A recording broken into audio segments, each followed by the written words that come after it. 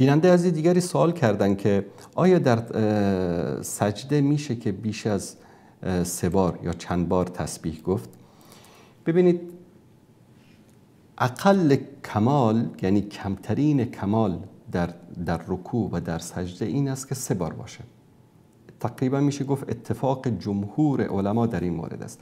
اما آنچه که بیشتر از 3 تا باشه هیچ حد و اندازه‌ای نداره. شما یک نمازی بخوان در رکوع 1000 بار بگو سبحان ربی العظیم تا اندازه‌ای که توان داری. این ذکر است و این ذکر از بزرگترین ذکر هاست. سبحان ربی العظیم، سبحان ربی الاعلی، این از بزرگترین.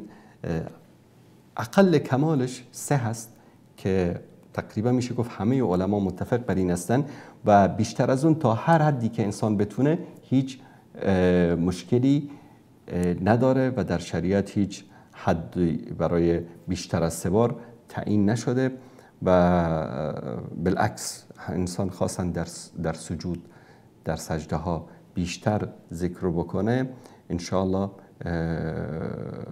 مشکلی نداره. همه علما، من اقوالش رو اینجا الان دارم، احمد، حسن بصری، خیلی از علمای دیگر، امام نووی غیره، یعنی کمال اقل کمال 3 و بیشتر از اون هرچی که باشه اشکالی انشاءالله نخواهد داشت. الله سبحانه و تعالی طاعات و عبادات شما را قبول بکنه. خاصا اما اگر برای امام باشه، امام به همون 3 بار اکتفا بکنه، چون که شاید در بین مقتدیا کسانی باشن که پیر باشن، مشکلات درد مفاصل، زانو، پادرد، کمردرد داشته باشن، رکوع سجده طولانی اونا رو اذیت بکنه.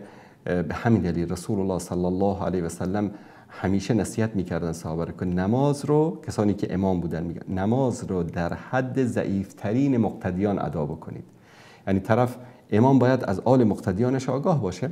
در یک منطقه هست در بود، الله مطال رحمتش بکنه، یک امام خیلی انسان خیلی متقی و پرهیزگاری بود در منطقه، در شهری است به نام خمیس مشید. من چندین بار پشت سرش نماز خوندم در تراویح.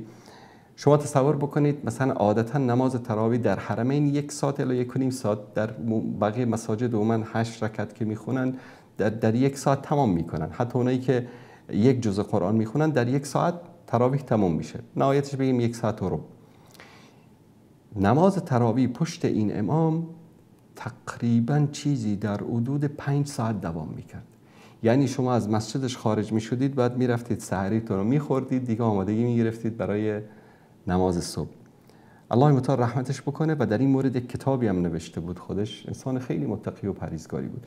منتها در اون مسجد کسانی می اومدن که دیگه حتی یعنی من کسانی رو میشناختم که از شهرهای دیگر فقط به خاطر نماز خواندن پشت سر این امام ماه رمضان می اومدن در مسجدش نماز میخوندن، از روستاها و از شهرهای اطراف.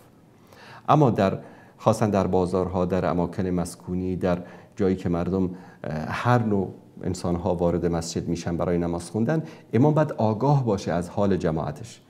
پیرمرد 80 ساله مثلا 70 ساله اومده مسجد، شما رکوع بکن مثلا 10 دقیقه 5 دقیقه، خب بیچاره کمرش درد میکنه، پدرش در میاد. به خاطر همین این رو باید در نظر بگیرن. اما انسان خاصا در نماز تهجد، شما در نماز تهجد حد اندازه‌ای نداره، 1 میلیون مرتبه بگو سبحان ربی الاعلی، هرچه بیشتر ثوابش بیشتر. مثلا حتی در قرائت، مثلا صحابه‌ای بودن که در نماز شب در تهجد بقره و آل عمران و سوره نساء رو میخوندن. شما تصور بکنید تقریبا حدود 4-5 جز از قرآن رو میخوندن. و این